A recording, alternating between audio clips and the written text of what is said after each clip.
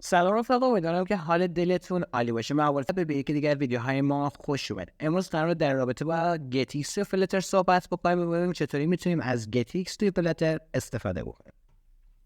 چیزی که پیش بینی هستش که اصلا Getx چیه؟ Getx یک لایبرری استیت منیجمنت توی فلاتر هستش که علاوه بر استیت منیجمنت یه سری کارهای دیگه مثل روت منیجمنت، دیپندنسی اینجکشن، لوکالیزیشن رو هم انجام میده.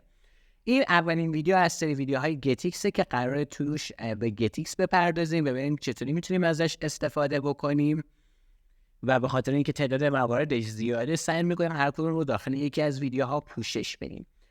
استیت لایبرری Getx دو نوع استیت منیجمنت رو برای ما فراهم میکنه. یک حالت ریاکتیو استیت منیجمنت و یک حالت سیمپل استیت منیجمنت. حالت یادم نرفته شما با اومدن به همچین آدرسی میتونید به راحتی به داکیومنتیشن های خود Getx هم دسترسی پیدا کنید. تفاوت سیمپل استیت منیجر با ریاکتیو استیت منیجر چیه؟ میشه لطفاً بگی؟ ببینید زمانی که ما میخوایم استیت منیجمنت انجام بدیم، چیزی که وجود داره داخل سیمپل استیت منیجر اینجوری هستش که ما با آپدیت کردن یک مقدار داخل Getx در حالت سیمپل استیت منیجر باعث میشیم که اون ویجتری بیا یک بار دیگه ریبیلد بشه، یک بار دیگه ساخته بشه و قابلیت استفاده داشته باشه. اما با استفاده از ریاکتیو استیت منیجمنت ما میایم یک جریان استریم تور روی اون دادمون اعمال میکنیم و با استفاده از ویجت هایی که خود Getx بهمون میده به اون استریم ها گوش میدیم و اون تغییرات رو به صورت ریاکتیو و لایو نشون میدیم. یه جورایی اون تغییرات دیگه نیاز به ریبیلد اون تیکت به صورت کامل نداره و به صورت کامل ریبیلد میشه. میگه شما با استفاده از ریاکتیو استیت منیجمنت اگر از چیزایی مثل استارت استفاده کرده باشین دیگه نیاز به استریم کنترلر ندارین، به استریم بیلدر برای هر ولیو ندارین، شما نیاز ندارین که یک کلاس استیت برای هر چیزی درست بکنید، نیازی ندارید که اینیشیال ولیو برای هر کدوم بذارین و اینجور موارد که این حالت ریاکتیو براتون انجام میده. اول بریم سراغ سیمپل استیت منیجمنت. سیمپل استیت منیجمنت به این یک روش خود Getxه که در اصل باعث میشه اون تیکه ریبیلد بشه. خب بریم سر کدمون و شروع کنیم انجام دادن. شما زمانی که بخواید از Getx استفاده بکنید باید یک کلاس بسازید حالا به هر اسمی و اون رو اکستند بکنید از Getx کنترلر، که یعنی بخوایم بگیم این کلاس ما یک کنترلر Getx هستش و سر همین ما میایم از این اکستند میکنیم. نحوه تفکری که شما باید روی Getx داشته باشی این هستش که فیلد هایی که شما داخل کنترلر خودتون تعیین میکنید رو میتونید آپدیت بکنید. یعنی اینجا اگر من بخوام این کانتر رو با هم پیاده سازی بکنیم یه مقداری رو دارم که با زدن این دکمه قرار آپدیت بشه، پس این عدده رو باید داشته باشم. یه فیلد درست میکنم، مقدارش رو میذارم اینت کانتر و مقدارش رو میذارم مساوی 0 و حالا زمانی که این دکمه رو بزنم باید این مقدار یه جوری آپدیت بشه دیگه. در نتیجه یه فانکشن مینویسم برای آپدیت کردن این مقدار و برای این داستان میام اون مقدار رو صدا میزنم و مقادیری که میخوام رو روش تغییر میدم و در نهایت آپدیت رو صدا میزنم. یعنی چی میشه؟ یعنی باعث این میشه که اون ویجت های Getx متوجه تغییر وریبل شما باشه، متوجه بشن که آقا این تغییر کرده و شما نیاز داری که اینا رو ریبیلد بکنید. کسایی که با پرووایدر کار کرده باشن همچین استراکچری براشون آشناه، چرا که تو داخل پرووایدر هم یه همچین چیزی رو برای کلاس های پرووایدر داشتیم که یه به قول در اصل همین آپدیت برابر با همون نوتیفای لیسنرز خودمون حساب میشه. برابر نیست ولی شبیه به همن و اگر بخوام براتون مثال بزنم که داخل ذهنتون بشینه، برای کسی که پرووایدر کار کردن در اصل یه همچون حالتی رو داره. خب شما زمانی که کلاستون رو درست میکنین، اکستند میکنین از این کنترلره، و یک وریبل درست میکنید و مقدار آپدیت کنندش رو هم قرار میدین، چطوری قرار آپدیت بکنید، چطوری قرار استفاده بکنید. چیزی که وجود داره این هستش که شما با استفاده از Getx دیگه نیازی به استیت فول ها ندارید، چرا که بهتون یه سری قابلیت ها رو میده که با همون استیت لس ها میتونید کار خودتون رو جلو ببرید. خب من میخوام همین اپلیکیشن کانتر رو با هم پیاده بکنیم توی اول کار و بهتون قول میدم که توی ویدیوهای بعدی با استفاده از Getx چند تا مثال رو با هم پیاده بکنیم تا قشنگ درک بکنیم که چطوری قراره از این چطوری میشه از این استیت منیجمنت استفاده کرد. خب چیزی که هستش اینه که من میام این بخش اسکافلد اون رو اولین کاری که میکنم میام کامنت ها رو حذف میکنم.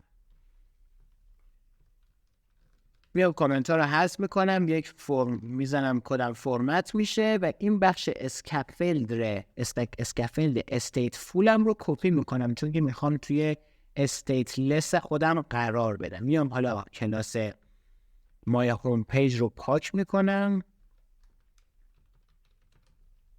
my whole page extends stateless widget. خب من stateless هم رو باید بسازم و بیلد رو هم براش صدا بزنم. حالا چیزی که وجود داره این هستش که باید اینجا ما کدی که کپی کردیم رو قرار بدیم. حالا ارور میده، میگه آقا این مواردی که قرار آپدیت بشه نیست، من باید چطوری استفاده بکنم؟ ببینید شما زمانی که از Getx استفاده میکنید باید این کلاس های کنترلرتون رو یک جوری در دسترس قرار بدین. یعنی باید بگین که آقا این کلاس کنترلر من هست و شما استفاده بکن. برای این منظور شما باید بیاین و اون کلاس کنترلرتون رو پوت بکنید. یعنی چه کاری بکنید؟ یعنی بیاید ازش یک اینستنس بسازین که بتونید ازش استفاده بکنید. من میام داخل stateless widget هم میام میگم my controller، البته چون ایمپورت نشده زیاد همراهی نمیکنه، my کنترلری که اون توی صفحه قبلی ساختیم دقیقا همینه. من دارم ازش استفاده میکنم. my controller اینجا میگم my controller مساوی میشه با get.put. این get.put چی کار میکنه؟ در اصل میاد باعث میشه اون کنترلری که من ساختم رو بیاد بسازه و اینجکت بکنه داخل این صفحه و ازش بتونیم استفاده بکنیم. همونجور که گفتم میاد این dependency injection رو هم این لایبرری استیت منیجمنت هندل کرده.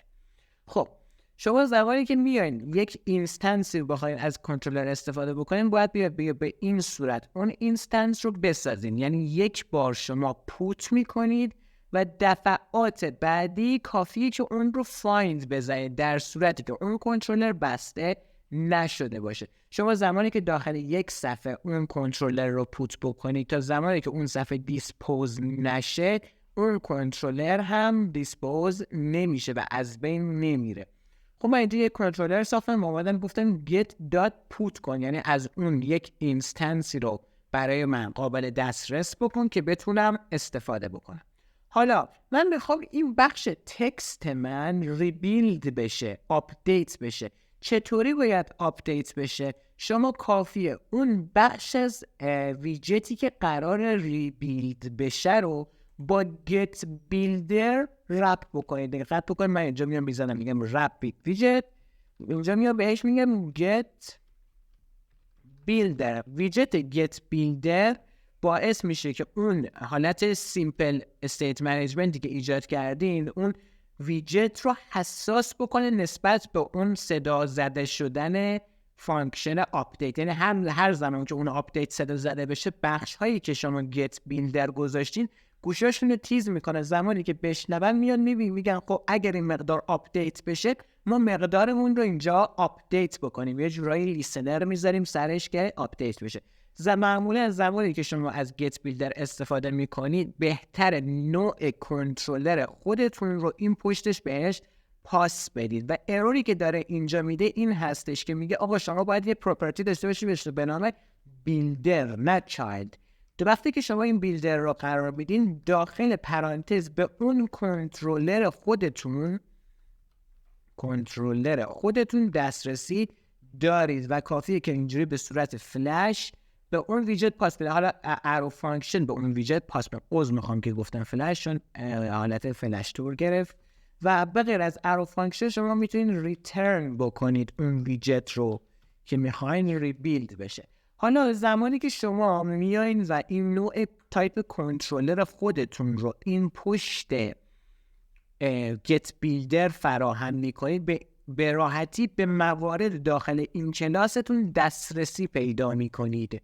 یعنی دیگه نیازی نیست بیاین بگردید. شما زمانی که به این حالت میذارید دیگه این کنترلر تشخیص میده که جنسش از کدوم نوعه و با نوشتن کنترلر که برای گت بیلدره و به نوع تغییرات حساس نقطه میتونید به اون وریبلتون دسترسی پیدا کنید. از اونجایی که ما اینجا int رو داریم میگه the argument int cannot assign it to the parameter type string. من کافیه یه dot to string رو جلوش بذارم تا به string تبدیل بشه و بتونه نمایش بده برای من. تا به اینجا چی کار کردم؟ اومدم به ویجت تکست یک ویجتی رو اضافه کردم که نسبت به تغییرات کنترلر من حساس باشه و هر زمان که آپدیت صدا زده شد بیاد این مقدارش رو که اینجا با استفاده از آپدیت کانتر هستش آپدیت بکنه. خب جای بعدی که باید بریم این هستش که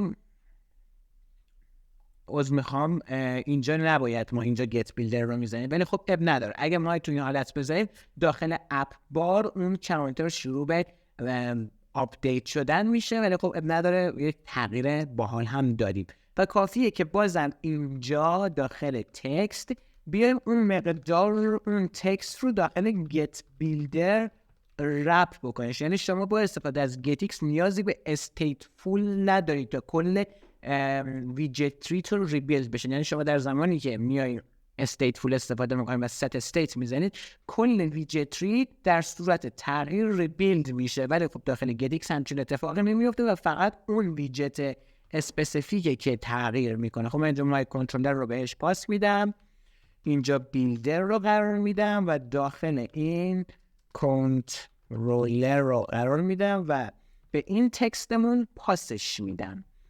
زمانی که این حرکت رو انجام دادم حالا میام اینجا برمیگردم میگم که اون کنترلر من داد کانتر رو بیا اینجا نمایش بده. حالا چیزی که هست اینجا داره به من میگه اون آپدیت کردن اون فانکشنالیتی دکمه به علاوه رو هم به من بده دیگه.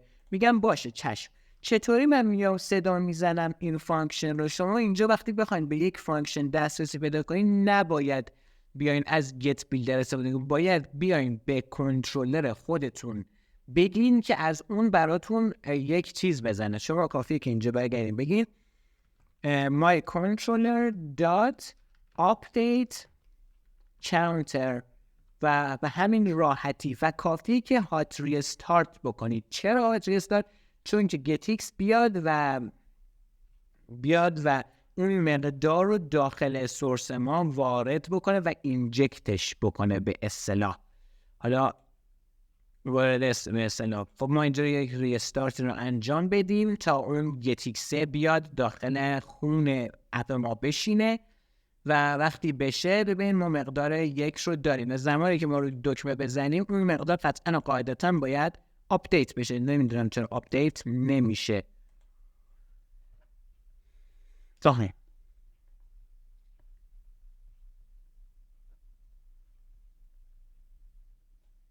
خب موردی که ران نمیشد و اجرا نمیشد این بود که من به دلیل سهل‌انگاری اومده بودم یک پرانتزی رو گذاشته بودم. در صورتی که شما اگر یک void فانکشن داشته باشین و اینجا هم یک void فانکشن داشته باشین دیگه نیازی نیست ارو فانکشن به هم پاسش کنید. کافیه که اون فانکشن رو جلوش صدا بزنید، پرانتزهاش رو هم نذارید. اینجا خود دارت متوجه میشه که این یک void فانکشن، اینم یک void فانکشنه و در نتیجه اینا رو به هم پاس میده و با زدن الان به علاوه میبینید که این مقدار زیاد میشه و ما خیلی ساده به مقوله Getx پرداختیم و خواستیم به قولی استارت اولیه رو خیلی ساده پیش ببریم. یک دور دیگه با همین بخش رو ریویو بکنیم و کار رو ببندیم.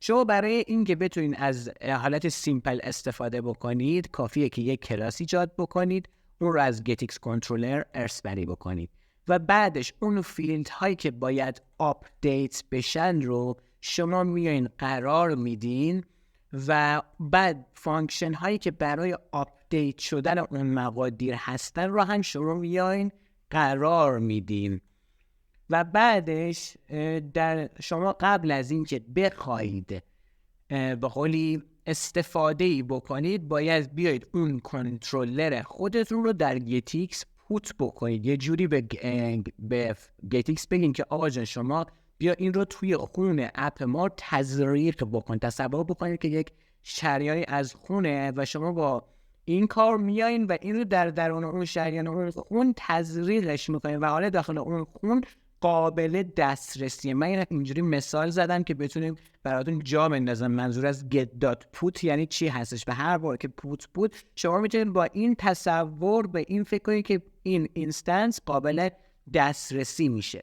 حالا شما جاهایی که نیاز به ریبیلد داشته باشین، اون ویجتریتون نیاز به ریبیلد شدن داشته باشن و مقدارش بخواد آپدیت بشه، باید از ویجت get builder استفاده بکنید. get builder یه حالت ویجتی هستش که اینجوری بخوام خیلی ساده بگم به فانکشن آپدیت شما حساسه و زمانی که ببینه آپدیت صدا زده میشه میاد چک میکنه. اگر مقدار مرتبط با خودش آپدیت شده باشه باعث میشه که اون ویجت شما هم ریبیلد بشه و اون تیکش بیاد آپدیت بشه و شما بتونید از اون استفاده بکنید. و همچنین برای استفاده از فانکشن هایی که میخواید کافیه که بیاید به اون کنترلرتون رفرنس بدین و اون بعد از اون میتونید به اون فانکشن هایی که به صورت پابلیک نوشین در اصطلاح و دسترسی کنید. اگر این فانکشن پرایویت بکنن بیرون از اون قابل دسترسی نیست، ببینید داره ارور میده. شما نمیتونید از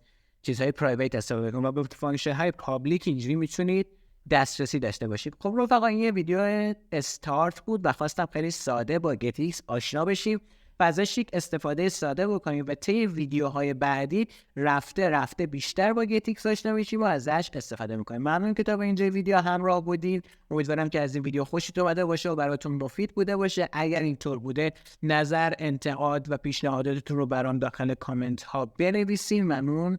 تا ویدیو بعدی، خدا نگهدار.